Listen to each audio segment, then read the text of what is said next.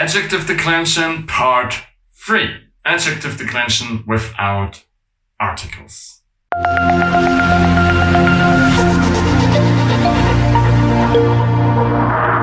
This is Jan, your German teacher here on Easy Deutsch, the channel for German grammar.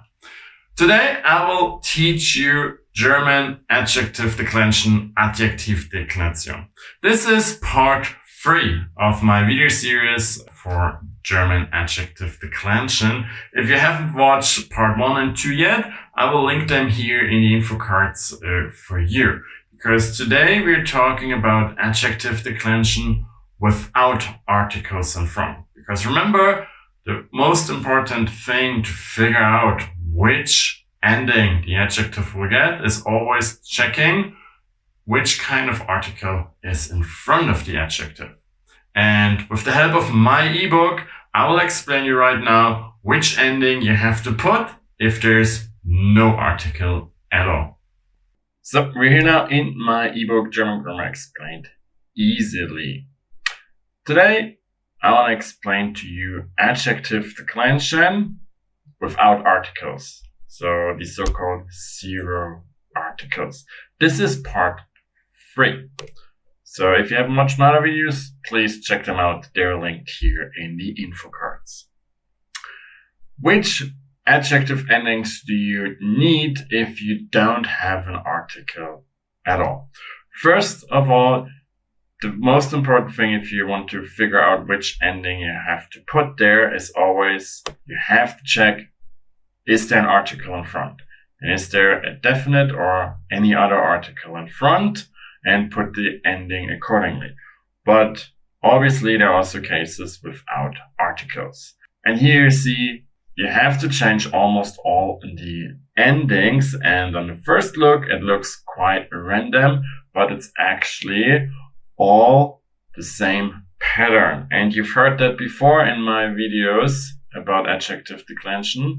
We change the endings according to definite articles. So the definite article table with der, die, das in all the cases is the most important one that you have to know by heart. So if I call you at 3 a.m.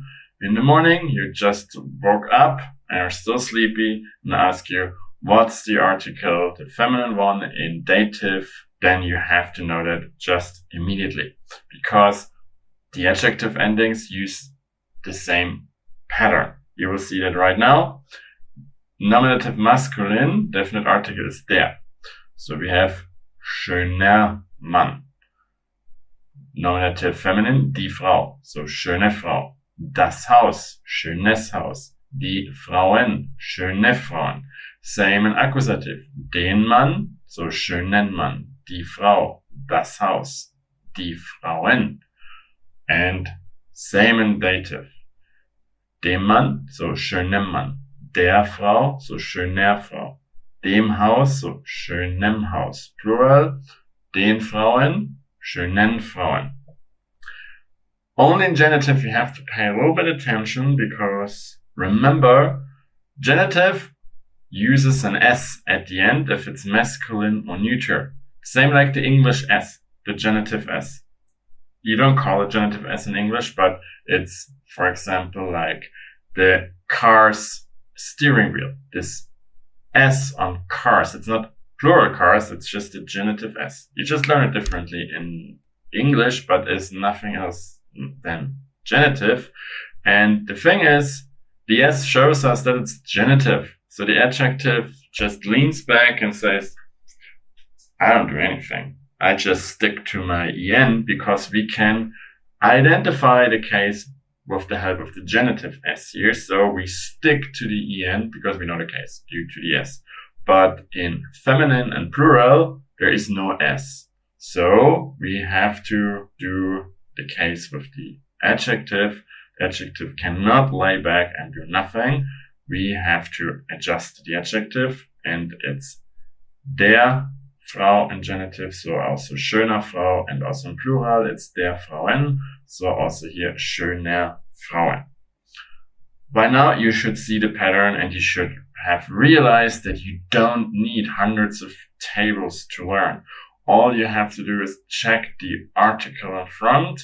And if it's not a definite article, then you just have to change endings according to the definite articles. And remember, with any kind of article in front, dative, genitive, plural is always en.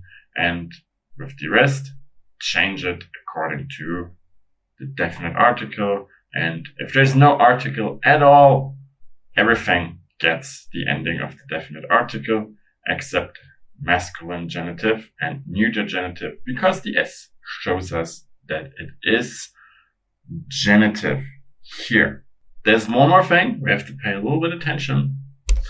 There are some article words that use this kind of declension too, independent of them also showing the case, because usually those ones you have to adjust the ending too, but they still tell the adjective, hey, get your hands up, and show the case there too. This is viel, or viele, einige, and mehrere.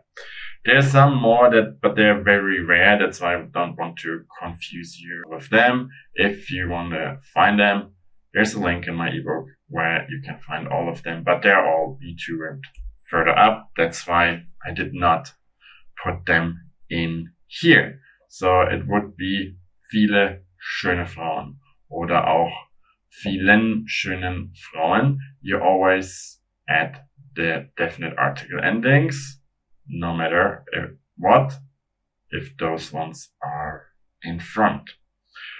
And just a little reminder, this is part 3 of 5. Subscribe to my channel, because tomorrow I will show you some irregularities, not with the endings, but with the adjectives itself, because some very rare ones have to change a little bit here. And that's what I'm going to show you tomorrow in the next video. And the day after tomorrow, I will give you my easy 4-step guide to the correct adjective ending. So subscribe and don't forget the notification bell, so you will get a notification when I upload the new video that will show you when to use which ending with a simple 4-step guide. So, I hope you've learned a lot today.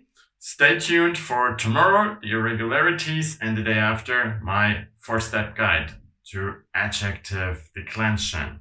And don't forget to subscribe and to like that video if you have learned a lot today. And then I hope to see you again tomorrow. And until then, viel Spaß und Erfolg beim Deutschlernen.